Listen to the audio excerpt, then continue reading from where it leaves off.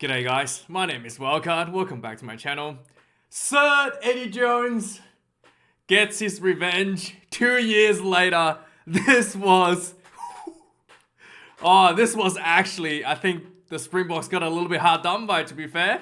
I think there was one point where Ibn Itzebeth fell into a tackle and one of the England players smacked him on the face with the forearm.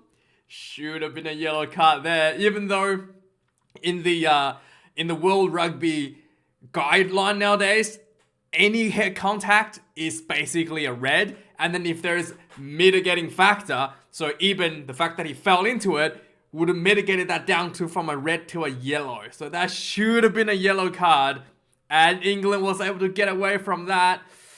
So yeah, that was pretty tight. The Springboks was not happy, especially Sia Khaleesi. He was just like, that should have been a yellow, and that was not right. I thought it was a wrong call either. Should have been a yellow, yeah. But based on the rule nowadays, I've seen yellow cards being given in way less contact, way less severity, and just simple taps to the head. It's like Scotland, wannabe against Scotland, a limp arm, a little backhand to one of the Scottish players' head on the ground in a maul, yellow card. So this should have been a yellow, and referee is made a pretty bad decision there, I think. Anyway, so overall, this was kind of like a game of two halves. First half, England was amazing. You can see this is something that Eddie Jones used to be famous for in Australia. Just good running, attacking rugby. Really utilizes space out wide with a lot of depth. And Marcus Smith, his passing accuracy is just amazing. There were so many passes, I'm like, surely that's going to get intercepted. Because the Springboks was rushing up in defense. Just like pinpoint accurate through the rush defender to the guy who, to the player out wide. Impeccable passing. So that's one of the strategies that England was employing, just utilizing the space out wide with depth, just passing, kind of like a cutout pass almost. And then also there was a really obvious strategy for England to kick the ball behind the rush defense, either via a little chip kick. Marcus Smith tried that a few times this game, and also just the grubber kick behind to ping the Springboks inside their own 22. So a little grubber behind, both directions, straight into the 22, and then a little chip tip behind the rush defense. So I feel these pretty obvious strategies that the England team was employed played out really well in the first half. So England was overwhelming in attacking and was able to really put the Springboks on the back foot. And the kicking game was really good. So the Springboks were really struggling to even exit their own 22 even when they do come out on top. But eventually there was some really good defense from the Springboks. Huge hits by Ox Nche, and then by Vermeulen, absolutely smashed some English players and getting themselves at the breakdown advantage, getting over making those dominant tackles, getting that penalty, and really stopping the England's from advancing and being able to put on a lot of points. England though did let themselves down a lot in the breakdown, especially with the penalties in the first half, and in the second half. It was kind of like a different story where the game kind of flipped. The England reserves came on, and as kind of like everybody was expecting, the scrummaging just fell apart for the England side. And it was there was one point where it looked like the nightmare from the 2019 World Cup is repeating itself, where the Springboks were just absolutely dominating the scrummaging. Every time there's a scrum, full-on penalty, and the Springboks were able to take points, or at least 10 for points. Every time there's a line out, this goes for more. The England defense was non-existent, just getting pushed back 10, 15 meters, and then giving away the penalty at the same time. So it was pretty bad, and it was just it was just really bad for England. And when the reserves came on for the Springboks, the Springbok front rows came on, and for the Springbok side, Ibn Itzebeth, he's an absolute freaking god. I could not believe how good this guy actually is. There's just so many things that he does. Like, there was some stuff that he did was pretty obvious this game. He did some really good running. He, like, made a break in his second half where he almost set up a try with Malcolm Marx. But there's just so many of the things that he does. Like in the lineouts, the way he's able to disrupt the lineouts, even if he doesn't steal it. The way he's able to steal the lineout outright at times. And then just like the little things. Like in the maul, the Springbok maul is so damn good because Ibn Isabeth is an absolute god at setting this maul up. There was one point in the second half where England, looking like they're basically like defending the Springbok maul, was able to like, you know, split the maul in half, and it looked like the maul was over. Like Malcolm Marx was just like waiting to get pulled down essentially, and all like he's just sitting there like sitting ducks. He's sitting there like waiting, like, you know, hoping that Reinach or Herschel Yang should get the ball out, or, you know, just basically waiting to get pulled down, right? And Itzebeth saw this, right?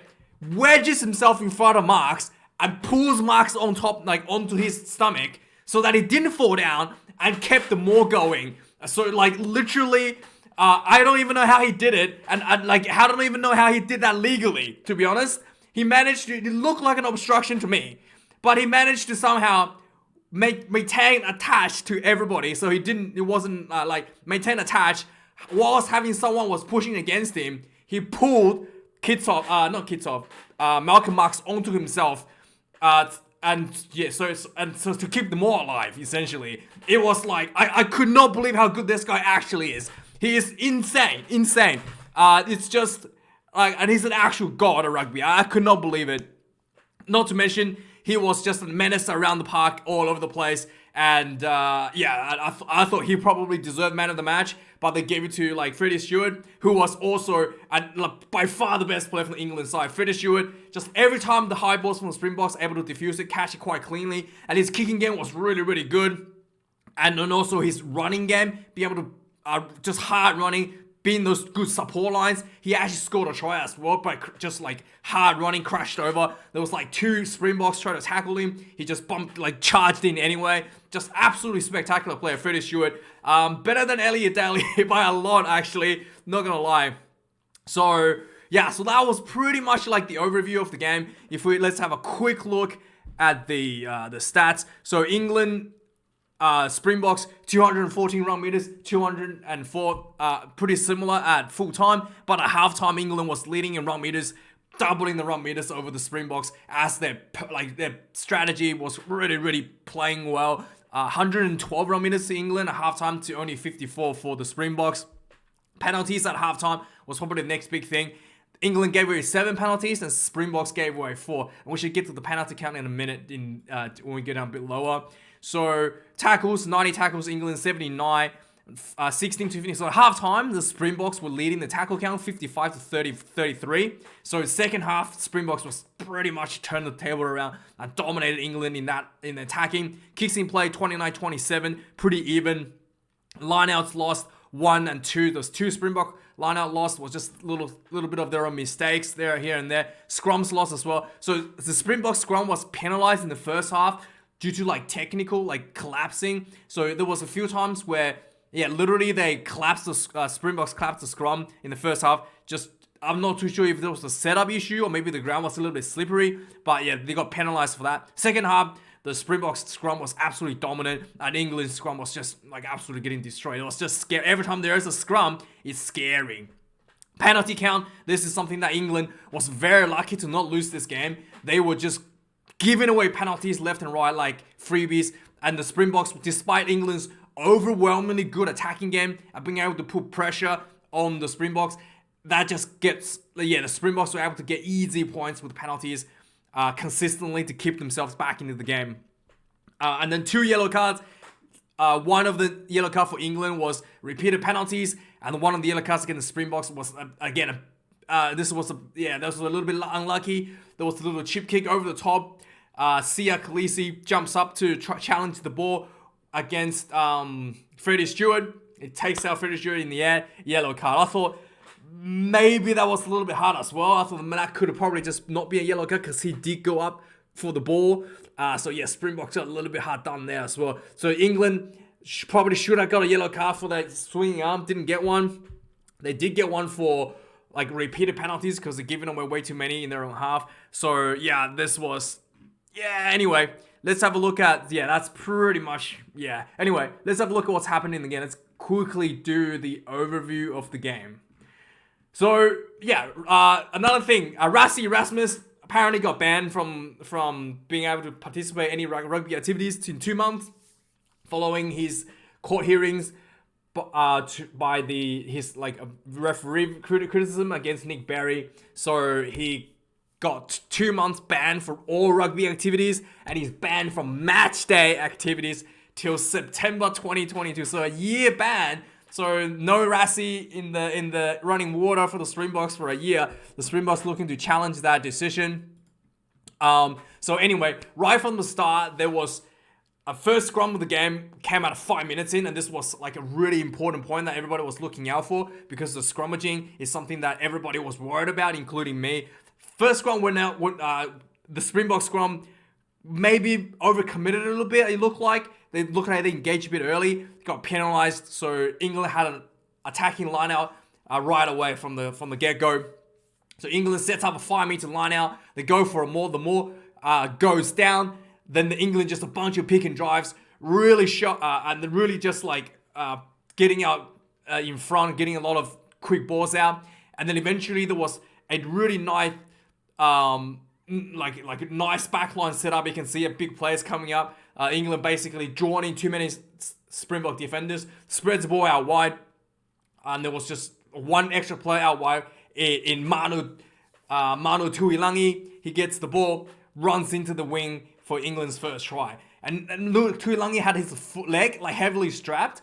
And then after that, he went off the field. He was done. 7 minutes, gets his try. He's like off the field. So the England number 23 has come on for the entire rest of the game. So Tuilangi gets his try. 7 minutes into the game, just following some pretty good face building by England. Marcus Smith converts one from the sideline. Extremely impressive kicking from Marcus Smith all around the park. So on the 10th minute, there was a second scrum, and then the Yake got penalized for dropping the bind. So another technical kind of issue, looked like he slipped again, and there was like huge hit from both teams, maybe overcommitting on the hit a little bit, and then resulting in them slipping. So that was something really interesting to see. But a few minutes later, Johnny May was struggling a little bit. He dropped the ball twice already at this point. So there was a nice little attack. So Springbok actually showed some really good attacking as well themselves. They spread the ball out wide, found some space out wide. Got to Vili de Roo. Vili did a little kick over the top. Johnny May drops the ball, gets turned over the breakdown penalty right in front of the England goalpost. So Pollard slots this one, 7 points to 3, 15 minutes into the game. Vili de Roo also had a bit of a shocking game this match. He threw like some pretty terrible passes this game. So yeah, anyway, on the 16th minute, England had a scrum set piece.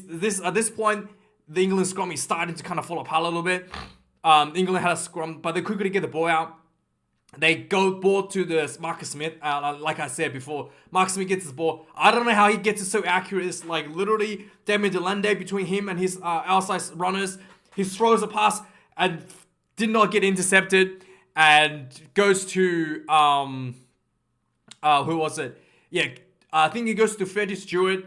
No, wait, he goes to, I think he went to, it might have been to Freddie Stewart. And then Freddie Stewart passed to number 23 from England off the bench. Max Mellons gets the ball on the wing, right down a bit of space on the wing, gets really close to the Springbok line. And then eventually the England start crashing quick balls again. Freddie Stewart gets the ball, crashes through like 3 Springbok defenders, goes in for the try. 14 points to 13, just over 15 minutes, right? On the 20th minute, Springboks had a line out. They set up for more penalty, the first more penalty for the game. Springboks slots this one, 3 points in, 14 points to 16. 3 minutes later, England gets back from the kickoff, gets a penalty right away. Right in front, Marcus Smith slots this one, 17 points to 6. England pulls ahead, 17 points to 6. A couple minutes later, literally right from the kickoff, again, basically, England gets penalized for not rolling as they kind of trying to run the ball out from the 50 meter mark.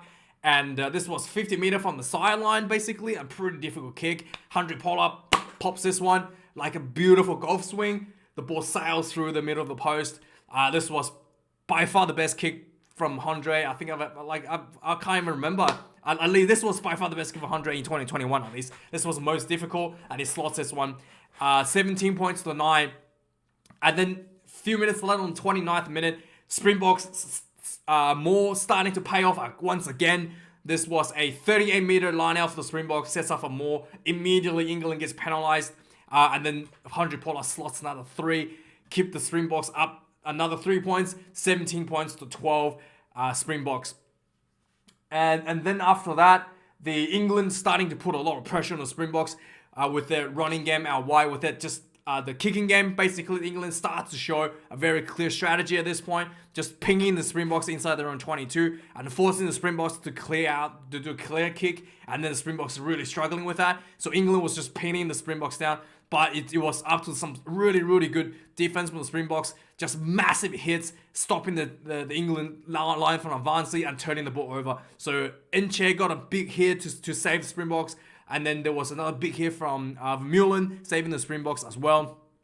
And then, and then on the basically England was knocking the door for the last 10 minutes of the match in the first half, not able to score, and then eventually on the 39th minute, Marcus Smith gets the ball, goes for a drop goal. Eddie Jones did not look happy. So overall, first half, England showed some excellent attacking rugby. Springboks also showed some good attacking as well, but I think in the end, the England's kicking game was slightly better than the Springboks in the first half, and then was able to really, secure those 2 tries over the Springboks. Second half starts. The scrum really starts to fall apart at this point for England right away. 2 minutes into the second half, huge scrum penalty against the England. Sinclair does not look happy. He was laughing hysterically, smiling hysterically, talking to himself. Essentially, looked like. And then Andre Pollard basically tried for a 3-point attempt. This is something really interesting with Andre. His kicking has always been almost perfect in the first half. And then after the break, his kicking always goes to dumps for some reason. So this has been a consistent pattern for Pollard, maybe except for one game except for the third game against the Lions. This has been a consistent issue for Pollard, where after halftime he just drops off, missed 2-3 pretty easy kicks. So yeah, this pretty much happened to Pollard. There was 2 penalties in the second half at the start. One on the right hand side, one on the left hand. Not that difficult, to be honest. Much easier than some of the kicks that landed in the first half. Missed the 2 of them right from the start. Anyway, it took about 48th minute, the reserve front row comes on, and things really turn around for the Springboks around the 48th minute. So on the 53rd minute, there was a really good kick by Francois Steyn, and then some really good hard running by the Springboks, ended up inside the England half, and then essentially England got penalised on the breakdown again for a 3-point attempt. So this was right in front. 100 Pollard slots this one, his last touch of the game.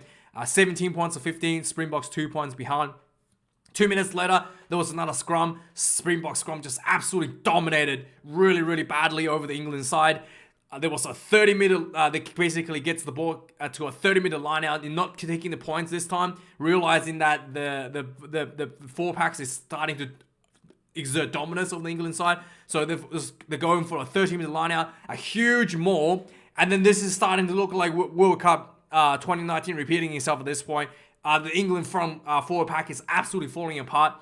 And eventually on the 58th minute, the Springboks feeling confident with the maul, going, despite not able to score previously, going for another line out for a 5-meter maul instead of for 3 points, right? So Springbok goes for a 5-meter line out, they goes for sure, and then they just absolutely mauled it through.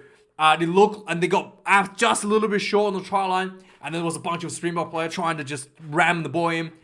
Huaga Smith gets the ball, he charges in, turns himself over, trying to plan the ball down, gets held up. A little bit unlucky there, England hold there. So on the 59th minute, goal line, so right from this, after being held up, the England had to do a goal line dropout. The goal line drops out to Francois Steyn. He gets the ball, tries for a drop goal, just missed. So that was pretty close. On the 61st minute, the Springboks had another penalty, goes for a 10-meter line out. Again, I think this was not a kickable penalty, but they off for a 10-meter line out. And again, they set up for a more really, really good defense by England, but the Boks was able to get the ball out for some attack. Right away, there was an advantage of side against the England. It's Ibn Isbeth runs in, gets tackled, and as he was falling down, gets smacked on the face. Looked like he was hurt. He was like knocked out. They review the tape. This should have been a yellow card, to be fair. Referee says he fell into it. Pretty sure even if that is the case, it's still a yellow card. No yellow card. So England got away with that steal. But this was still following an offside penalty. So England, Springboks kicks the 3 points, gets in front by 17 points to 18. On the 64th minute, England goes for a line out on the halfway. And this really, England at this point starting to look like they're going to just lose the game from this point onwards, because Springboks was like in control. England was absolutely struggling left and right. England had a halfway line out, didn't really do much. So there was a bit of a dummy running from, it looked like they were going to do a loop, looked like a dummy runner, and they looked like Mark Smith are looping behind one of the England players. And I think this was the England, I can't remember who it was, but let me have a look, who was it? This was, I think it was Joe Merchant. No, it wasn't Joe Merchant. I think it was one of the reserves. I think it was Max Mallins. Maybe. I can't remember who he was. But anyway, I think it was Henry Slade. Anyway, one of the England players, Henry Slade, he gets the ball. He looked like he was going to pass the ball behind to Marcus Smith. And then there was like a, what's his name? Max Mallins. What's his name? Joe Merchant was looking like a dummy runner, but he just, instead of throwing to Mark Smith, he just threw to Merchant, the dummy runner, who runs straight through a massive gap in the Springbok defense. And this was huge play, a beautiful play. So Joe Merchant runs through. He was getting the fullback sweeps across. He throws the pass to Rafi Kirk, who had a bit of a rough time. One of his box kicks got charged down by Eben Etzebeth, and he looked like he was, I think he's debuting or maybe his second game for England. So he's pretty fresh guy. So he looked like he was, so he looked extremely excited getting the ball from Merchant, runs in for England's third try of the evening. Marcus Smith converts this one, 24 points to 18. So England back in front, giving themselves a little buffer again. Then on the 66 minutes, more penalty against England. Yellow card finally being issued by the referee for repeated penalties. So England is down to 14 players till the 77th minute, essentially 76th and a half minute.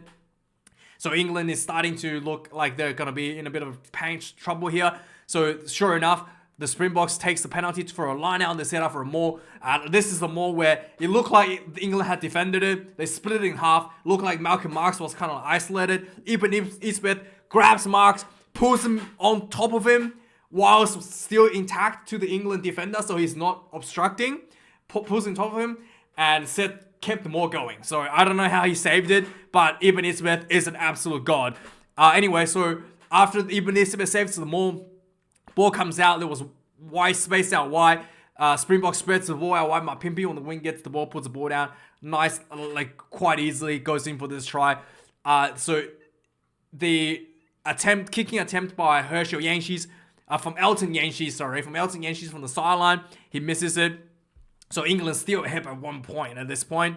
On the 71st minute, there was it looked like England still going for that chip behind strategy. And Marcus Smith did a little chip behind. Not yet. So 71st minute, there was a high ball to England, to England fullback. I think it was to Freddie. Anyway, so there was a high ball to England by the Springboks. The Springboks floods the breakdown, gets a penalty against England. So this was 40 meters out. Francois Stein takes the kick, pops it in beautifully, 24 points, 26. The Springboks pulls back in front. At this point, there was a quick shot of Ninabet. Anyway, to the Springboks head coach, Ninabet, is that said? Jax Ninabet, and he was like cheering, and he's quickly stopped, realizing there was like 9 minutes left. So it was really really like funny to see. He was like got really excited for a second, and then suddenly he like stopped, realizing that he was on camera maybe. So anyway, on the 75th minute, Marcus Smith did a little chip over the top for England again for the rush defense. Siad Khaleesi takes out Joe Merchant in the air, and then this was a yellow card 50 meters out against England. But luckily for Springboks, this was just outside of the kicking range, so the England had to go for a attacking line out. So 22-meter attacking line out, Ibn Isbeth steals this one. So yeah, this was pretty painful. On the 78th minute, England was having one last shot at running the game out. So England had had a one last chance to run the ball. They got into the Springboks 40-meter line and really start building some faces. And there was a penalty against England, against the Springboks for, I think it was an offside, but this was right from the sideline, just around 30 meters out, 35 meters out, right from the sideline. And then the Springboks seems to lost their cool at this point. There was a lot of just like yelling. And then this was a difficult kick. Like, it's kickable, but it's a difficult kick. And then the next breakdown, Francois Stang runs in and basically drops himself on top of the ball carrier, like almost look like he tried to knee him, and then gets penalized right in front of the post. And England kicks, and then there was a lot of shuffling and pushing. Everybody's not happy. Stang, yeah, this was a little bit out of form for him. But anyway, Marcus Smith pops this one right in the middle. England gets in front 27-26. One last opportunity for Springboks for a kickoff. Again, the kickoff goes out to what's his name? To Freddie Stewart, and then it looked like Ibn Isbeth wants to challenge it. They collided in the air. Referee says penalty, and the Springboks not happy. There was like a lot of shuffling, a lot of pushing. It looked like there was a fire gonna break out, and then the referee had no choice to review his decision. And the referee says, yep, that's right. He took him out in the ass. Ibn Isbeth. Penalty to England. And Marcus takes a quick tap. Kicks the ball out. Eddie Jones gets the revenge. 27-26. I thought for sure the Springboks had this one. Especially that over-dominance in the second half. When when England's scrummaging and lineouts falling apart. So, yeah. Let me know your thoughts. Do you think the referee cheated the Springboks out a little bit? I thought maybe Springboks losing their cool towards the end of the match, where Stang gave away that penalty by running on his knee on the player, that was probably what really cost the Springboks. Let me know your thoughts. Post the comments down below. And thank you for watching this, guys. I'll see you guys later for other reviews. Cheers.